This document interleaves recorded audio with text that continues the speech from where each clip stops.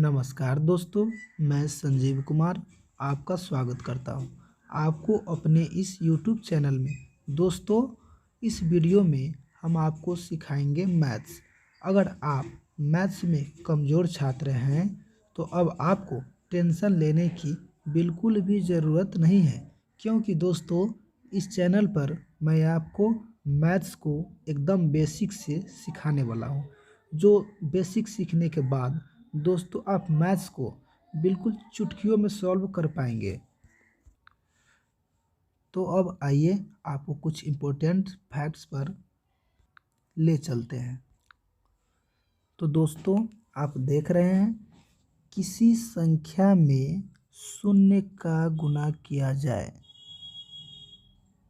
या शून्य में किसी संख्या से गुणा किया जाए तो गुणनफल शून्य प्राप्त होता है। दोस्तों क्या पढ़ा है आपने? किसी संख्या में शून्य का गुणा किया जाए या शून्य में किसी संख्या से गुणा किया जाए तो गुणनफल शून्य प्राप्त होता है। दोस्तों जैसे a को गुणा करेंगे 0 में तो 0 होगा, 0 को a में गुणा करेंगे तो भी 0 ही होगा। दोस्तों जैसे आप देख लीजिए, a को गुणा करेंगे 0 में तो 0 प्राप्त होगा, या 0 को a में गुणा करेंगे तो भी हमें 0 ही प्राप्त होगा। जैसे दोस्तों आप देख पा रहे हैं कि 5 गुने 0 बराबर 0, या 0 को 5 में गुणा करेंगे फिर भी 0।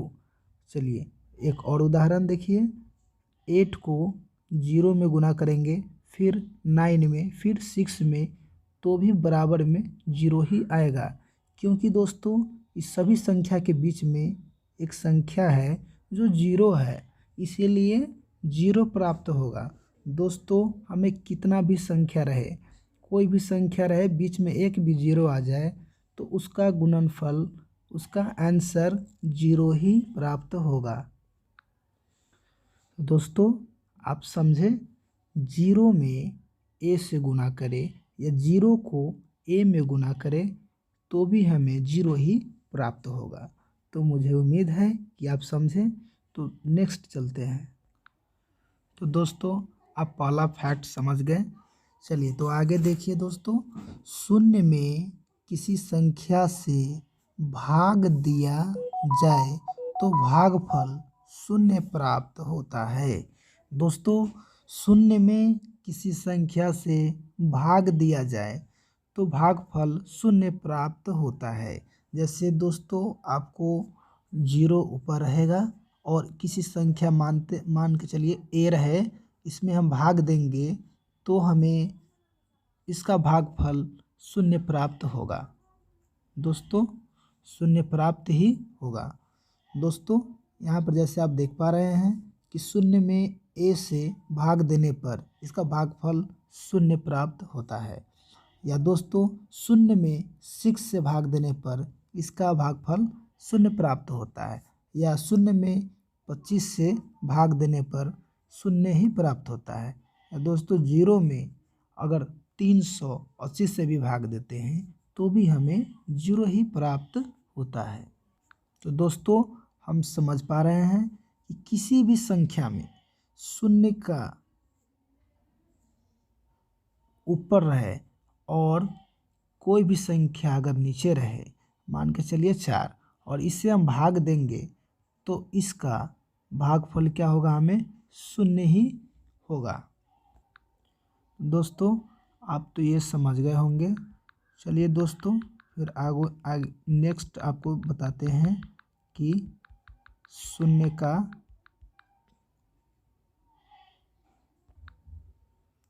दोस्तों आप तो ये समझ गए कि शून्य में किसी संख्या से भाग दिया जाए तो इसका आंसर शून्य ही प्राप्त होगा। लेकिन दोस्तों आपको एक बात और बता दें कि शून्य से किसी संख्या में अगर भाग दिया जाए यहाँ देखिए, किसी संख्या को शून्य से भाग दिया जाए तो भागफल अनंत प्राप्त होता है। दोस्तों, किसी संख्या में शून्य से भाग दिया जाए तो भागफल अनंत प्राप्त होगा। जैसे दोस्तों, किसी संख्या में अगर मान के चलिए कोई संख्या 6 है, इसमें हम शून्य से भाग देंगे तो इसका आंसर आपको अनंत होगा। ये अनंत का साइन है दोस्तों, ठीक है दोस्तों।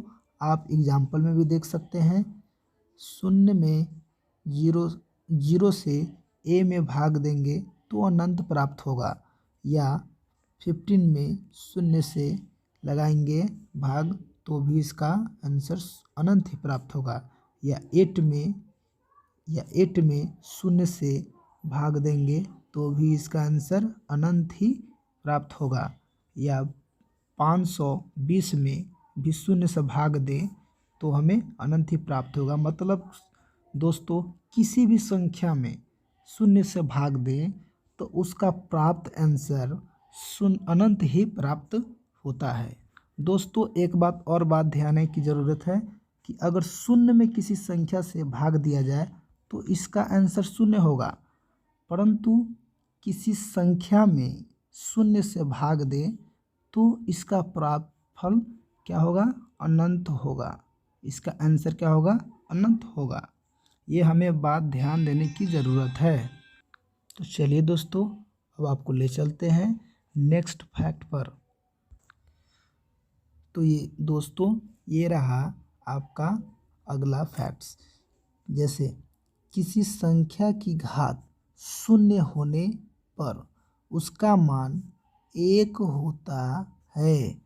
दोस्तों, फिर से एक बार, किसी संख्या की घात शून्य होने पर उसका मान 1 होता है। हाँ दोस्तों, जैसे मान के चलिए कोई संख्या ए है, इसका घात अगर शून्य रहे तो इसका आंसर हमें 1 प्राप्त होता है।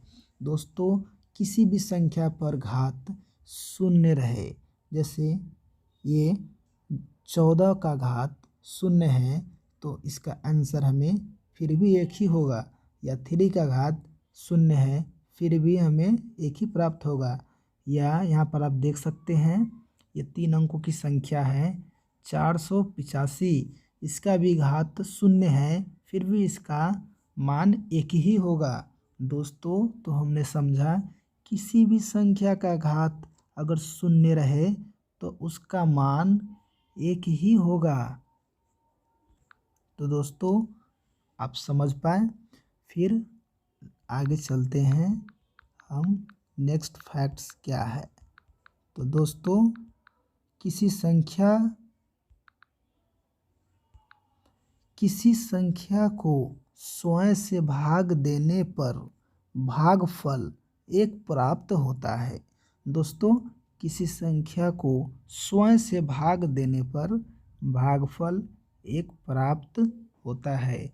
मान के चलिए कोई संख्या है ए और स्वयं मतलब ए ही संख्या होगी, इससे भाग देंगे तो इसका आंसर हमें 1 ही प्राप्त होगा।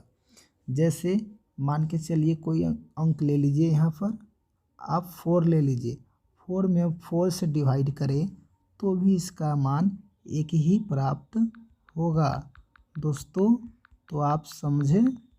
तो चलिए एक बार और दोस्तों, आप देख पा रहे हैं एग्जाम्पल में कि 18/18 है, इसको हम डिवाइड करते हैं तो इसका भागफल 1 आता है। दोस्तों, या नेक्स्ट देखिए, ये 30/30 है, इसको डिवाइड करते हैं तो इसका भी भागफल हमें 1 ही प्राप्त होता है। या हाँ दोस्तों, एक बात ध्यान देने की ज़रूरत है, अगर हम 0 का डिवाइड 0 से करें तो हमें नॉट डिफाइन प्राप्त होगा, माने इसका कोई मान नहीं होगा, ये अपरिभाषित होगा। ठीक है दोस्तों, 0 को हम 0 से डिवाइड नहीं कर सकते, ये नॉट डिफाइन होता है। दोस्तों, मुझे उम्मीद है कि आप इन फैक्ट्स को अच्छी तरह से समझ पाए।